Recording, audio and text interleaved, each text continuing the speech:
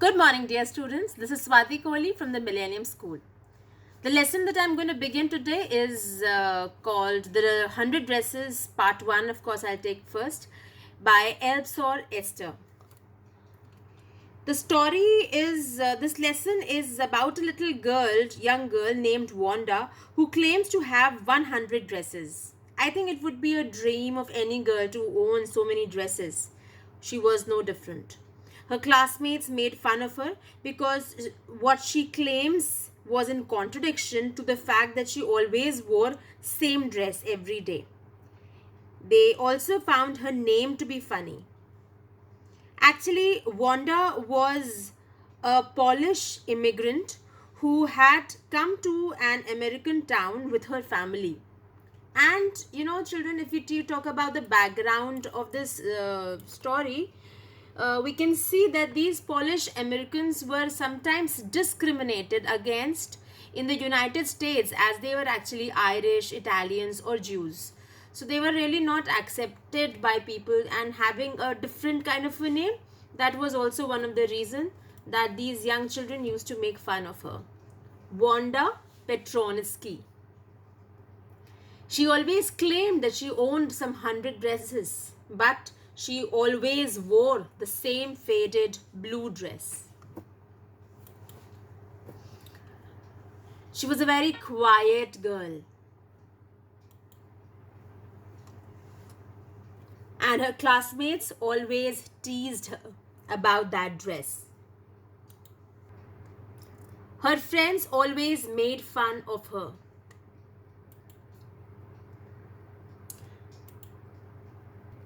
Not only for the faded blue dress that she used to wear, or the claim she used to give about having 100 dresses, but also about the name she had. Today, Monday, Wanda Petronsky was not in her seat. But nobody, not even Peggy and Madeline, the girls who started all the fun, noticed her absence. So the main characters, if you can note here, is Peggy and Madeline, who always used to make fun of this girl. And Wanda, this is a classroom setting. It's Monday. Children have reached this school. Everybody is in, but Wanda is still not there. But still she has not been noticed. Usually Wanda sat in a seat next to the last seat in the last row in room 13. Like you have your class with different class 9, class 10. So they have different rooms, and this is room 13 that they all sit together. But what was Wanda's preference? She would always prefer to sit in the last seat in the last row. She sat in the corner of the room where the rough boys who did not make good marks sat. The corner of the room where there was most scuffling of feet. Scuffling, making noisy and dragging movement of the feet on the ground. Most roars of laughter when anything funny was said, and most mud and dirt on the floor. Wanda did not sit there because she was rough and noisy. On the contrary, she was very quiet and rarely said anything at all. And nobody had ever heard her laugh out loud. She was so quiet that they had never ever heard her laughing. Sometimes she twisted her mouth in a crooked sort of smile, but that was all. Nobody knew exactly why Wanda sat in that seat, unless it was because she came all the way from Boggins Heights and her feet were usually caked with dry mud. Her shoes usually used to carry a lot of mud which used to stick, and then therefore she preferred sitting in that corner. But no one really thought much about Wanda Petronsky once she sat in the corner of the room. The time when they thought about Wanda was outside the school hours. At noontime, when they were coming back to school, or in the morning early before school began. When groups of 2 or 3, or even more, would be talking and laughing on their way to the schoolyard. Then sometimes they waited for Wanda to have fun with her. The next day, Tuesday, Wanda was not in school either. and nobody noticed her absence again.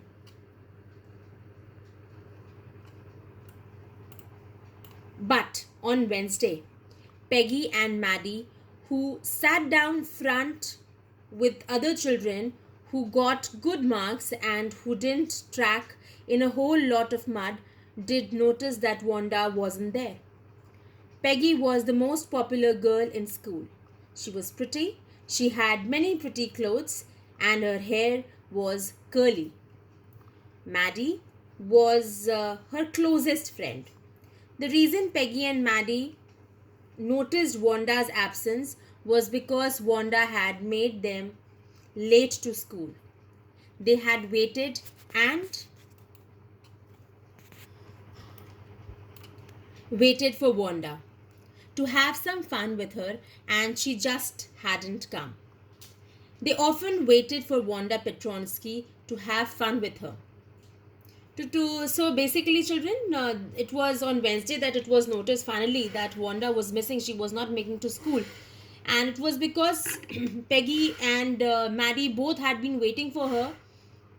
And since she had not come, they were late to school even because of that. And the reason why they were waiting was definitely to be able to make some fun of her.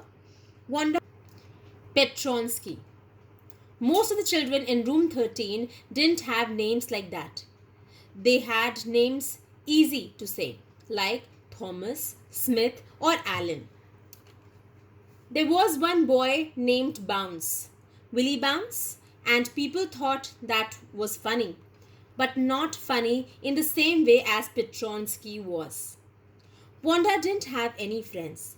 She came to school alone and went home alone. She always wore faded blue dress that didn't hang right. It was clean, but it looked as though it had never been ironed properly. She didn't have any friends, but a lot of girls talked to her.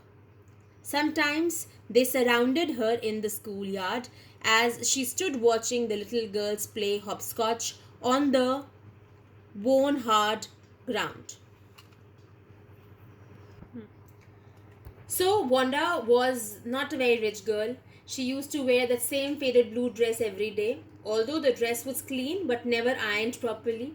She didn't have many friends. In fact, she didn't have any friend. But girls would love to talk to her. They would surround her and in the school and watch the little girl and try to talk to her. Wanda, Peggy would say in the most courteous manner as though she were talking to Miss Mason. Wanda, she'd say, giving one of her friend a nudge, tell us, how many dresses did you say you had hanging up in your closet?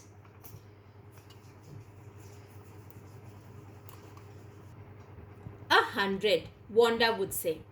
100? Exclaimed all the little girls incredulously, and the little ones would stop playing hopscotch and listen.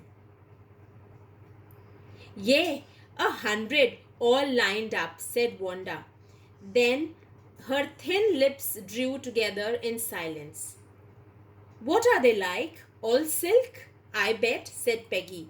Yeah, all silk, all colors. Velvet too. Yeah, velvet too. 100 dresses. Wanda would repeat stolidly. All lined up in my closet. Stolidly, not showing any feeling.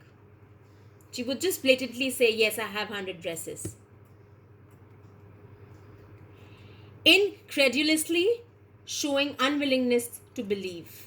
The girls, when she would claim that she owned some 100 dresses, the girls would incredulously exclaim and say, oh really, you have 100 dresses? Then they had let her go. And then before she'd gone very far, they couldn't help. Then they'd let her go. And then before she'd gone very far, they couldn't help bursting into shrieks and peals of laughter. So they would make fun of her. 100 dresses. Obviously, the only dress Wanda had was the blue one she wore every day. So, why did she say that she had 100? What a story! How many shoes did you say you had? 60 pairs, all lined up in my closet. Cries of exaggerated politeness greeted this, all alike. Oh no, every pair is different, all colors, all lined up. Peggy, who had thought up this game, and Maddie, her inseparable friend, were always the last to leave. Finally, Wanda would move up the street, her eyes dull and her mouth closed, hitching her left shoulder every now and then in the funny way she had, finishing the walk to school alone.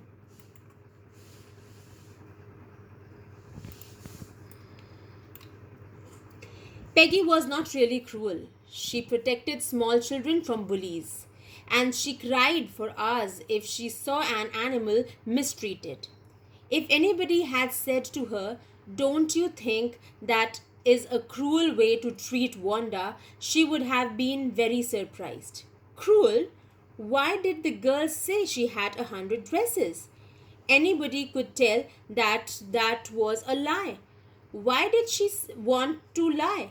And she wasn't just an ordinary person. Else, why did she have a name like that? Anyway, they never made her cry.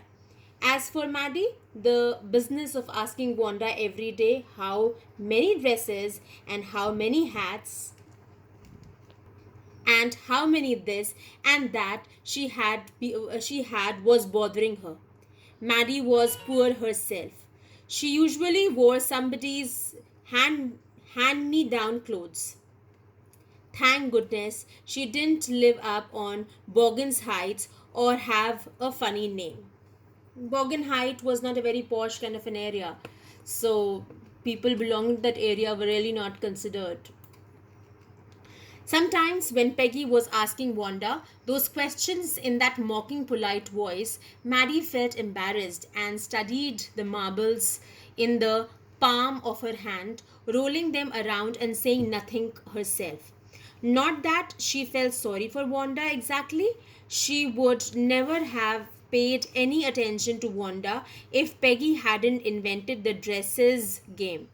But suppose Peggy and all the others started in on her necks. She wasn't as poor as Wanda, perhaps, but she was poor. Of course, she would have more sense than to say she had 100 dresses. Still, she would not like for them to begin on her. She wished Peggy would stop teasing Wanda Petronsky. So here we stop the lesson. I would quickly give you a short summary of what we have just read. We talked about a young American Polish girl who carries a very funny name, Wanda Petronsky, and that is what has become a reason of fun for most of the children in the school. Apart from that, she always claims to have to own some 100 dresses and 60 pair of shoes, but she always wore that same faded blue colored dress, which was a question mark to her friends, and they would make fun of her.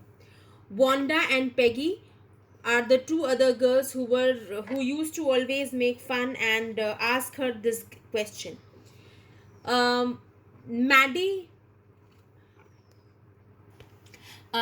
sorry, it's Peggy and Maddie who would always make fun of Wanda, and Wanda would just claim that she owns this dress and would not say much other than that.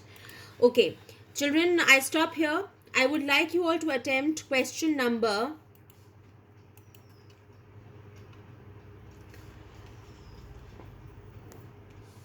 1 given in your textbook. How is Wanda seen as different by other girls? How do they treat her? Question number 1 need to be attempted and you will do in your English register. That's all for today. See you all tomorrow. Take care of yourself. Stay home. Stay safe.